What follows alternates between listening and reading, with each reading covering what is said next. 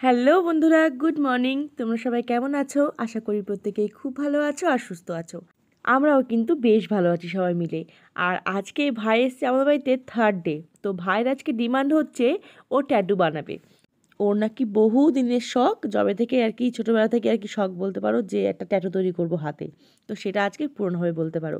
বাংলাদেশেও ট্যাটু তৈরি করে নেওয়া যায়, কিন্তু শুনেছি সেটা নাকি খুব কস্টলি। তো এর জন্যে ওর ইচ্ছা যে আমাদের এখান থেকে করিয়ে নিয়ে যাবে। তো সেই উপলক্ষে এখন আমি, বৌদি, পান্তু আর ভাই মিলে চলে গেলাম একটা ট্যাটুর পার্লারে। তো যাই হোক, আমি তো কখনো এই জায়গাটায় যাইনি। যদি অন্য কোনো নাম হয় এই জায়গাটা, সেটা কিন্তু আমাকে কেউ বলে দিতে পারো। আমি ট্যাটুর পার্লারই বললাম, বা যাই হোক ট্যাটুর সেন্টারে যেখানে ট্যাটু তৈরি করে আর কি। প্রথমবার গেছি, বুঝতেই পারো নার্ভাস লাগছে। ও বানাবে, জানি না কেন টেনশনটা আমার আর বৌদির হচ্ছে, যে ছোটো মানুষ যদি ব্যথা পায়। আমাদের যে অদ্ভুত একটা টেনশন হচ্ছিল ওকে নিয়ে। তো ওর খুবই উৎসাহ, তাই আর ব্যাপারটাকে আমরা নাকচ করতে পারিনি। ওর উৎসাহতেই মত দিয়েছি। তো দেখো ভাইকে বসিয়ে দেওয়া হয়েছে। একটা ট্যাটুটি সিলেক্ট করে নিয়েছিলাম আমরা আগেই। খুব সুন্দর শিবের ত্রিশূল, তার সঙ্গে একটা ওমের সাইন দেওয়া খুব সুন্দর ট্যাটুর একটা সিলেক্ট করে ভাই বসে গেছে ট্যাটু করতে। তো সেটাই একটু একটু শ্যুট করছিলাম। আর আমার ওর মুখটা দেখে কষ্ট হচ্ছিল, কারণ হাজারো ছোটো মানুষ তো, কতটা ব্যথা পাচ্ছে বা কিছু। ও তো সাহস করে বলছে, দিদি ব্যথা লাগছে না, ব্যথা লাগছে না, কিন্তু মনে হচ্ছিল ওর হালকা ব্যথা লাগছে। তো যাই হোক, সব মিলিয়ে বলবো একটা অন্যরকম এক্সপিরিয়েন্স আমাদের সবার জন্যে। আমি কখনো করাইনি ট্যাটু, বা আমাদের ফ্যামিলিতে কেউ নেই, বাট ওই প্রথম করলো বলতে পারো। তো ওকে কিন্তু করে খুব ভালো লাগছিলো, বেশ অনেকটা বড় হয়েছিল। আর অনেকটা কম টাকার মধ্যে, 2,000 টাকার মধ্যেই হয়ে গেছে। আমাদের বাড়ির কাছেই ছিল এই ট্যাটুর পার্লারটা। তো যাই হোক, আর এখানে বসে হচ্ছে পান্তু বেবি। ও খুব খুশি কাকাই ট্যাটু দেখে। আর বৌদিকে দেখো, বৌদিও রয়েছে। আর তার সঙ্গে না আমাদের কিছু কেনাকাটাও রয়েছে আজকে। কারণ জানো তো, কয়েকদিন পরে আমাদের হাসি বোনুর বিয়ে। সেই পারপাস কোনো গয়না এখনও কেনা হয়নি। আর বুঝতেই পারো নিজেদের মানুষ তো, গয়নাই দেবো যেটুকু পারি। আর পর তো অনেকগুলো বিয়ে গেল। চেষ্টা করি সবাইকে নিজেদের সাধ্যমতো কিছু না কিছু গয়না গিফট করা। আর এই দেখো, বোনের জন্য নেওয়া হলো এই ছোট্ট একটা টার্সেল। তো আবার বলবো, মধ্যবিত্ত সংসার, বুঝতেই পারো এখন সোনা জিনিসের যে পরিমাণ দাম।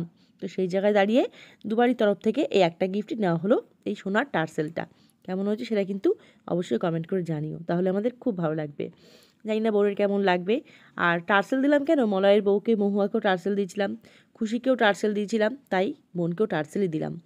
আর এই যে নেওয়া হয়ে গেল টার্সেল বা চোকার যাই বলো না কেন, সেটাই আর কি নেওয়া হয়ে গেল। আর এই দেখো, এখানে ভাই ট্যাটুটাকে একদম পুরো র্যাপ করে দিয়েছে, যাতে কোনো ডাস্ট বা কোনো কিছু এই মুহূর্তে না যায় ওইখানে, তার জন্যে। তা সমস্ত কিছু কেনাকাটা করে আরও অনেক কিছু কেনাকাটা করলাম। তার সঙ্গে মদনমোহন মিষ্টান্ন ভাণ্ডার থেকে কেনা হলো চাউমিন, সিঙ্গারা গরম গরম। সেটা খেতে খেতে চলে আসলাম আমরা বাড়িতে। আর তার মাঝে অনেকগুলো পারফিউম ভাইয়ের জন্য সমস্ত কেনা হলো আর কি, টুকটাক, বুঝতেই পারো সবটা তো শেয়ার করা যায় না। আর এই জন্য বুঝতেই পারছো যে আমি কতটা ব্যস্ত এই কদিন ধরে, যে আমি ঠিকমতো শ্যুট করবো সেটা কিন্তু সবসময় হচ্ছিল না। কারণ এই কদিনের দুবেলাতেই আমরা প্রায় বাজারে গেছি, প্রচুর কেনাকাটা করতে হচ্ছে। আর ফেরার সময় মামাকে কিনে দিলাম একটা সানগ্লাস, যেটা ওর খুব পছন্দ হয়েছে। আর ওকে পরে বেশ ভালোও লাগছিলো। এই দেখো, আমাদের মিষ্টি নায়িকা একদম সানগ্লাস পরে পোজ দিয়ে ছবি তোলা শুরু হয়ে গেছে। কত সুন্দর লাগছে না আমার মেয়েটাকে। তো যাই হোক, এই ছিল আজকের ব্লগ।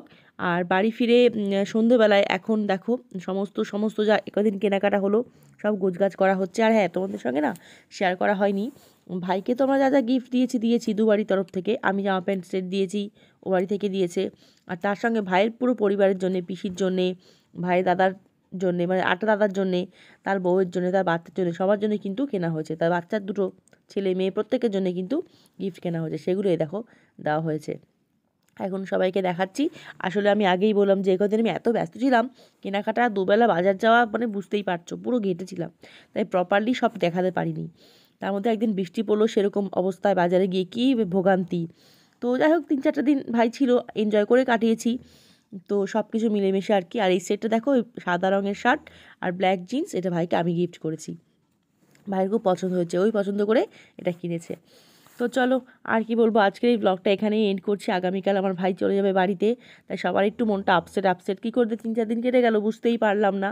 সবাই সেই কথাটাই বলছে। তারপর আবার 3-4 মাস পর ভাই বলেছে আবার আসবে, কারণ ওর আমাদের এখানে খুব ভালো লেগেছে, বা আমাদের সঙ্গ, আমাদের আপ্যায়ন ওর খুব পছন্দ হয়েছে। তো এটাই সবথেকে সার্থকতা।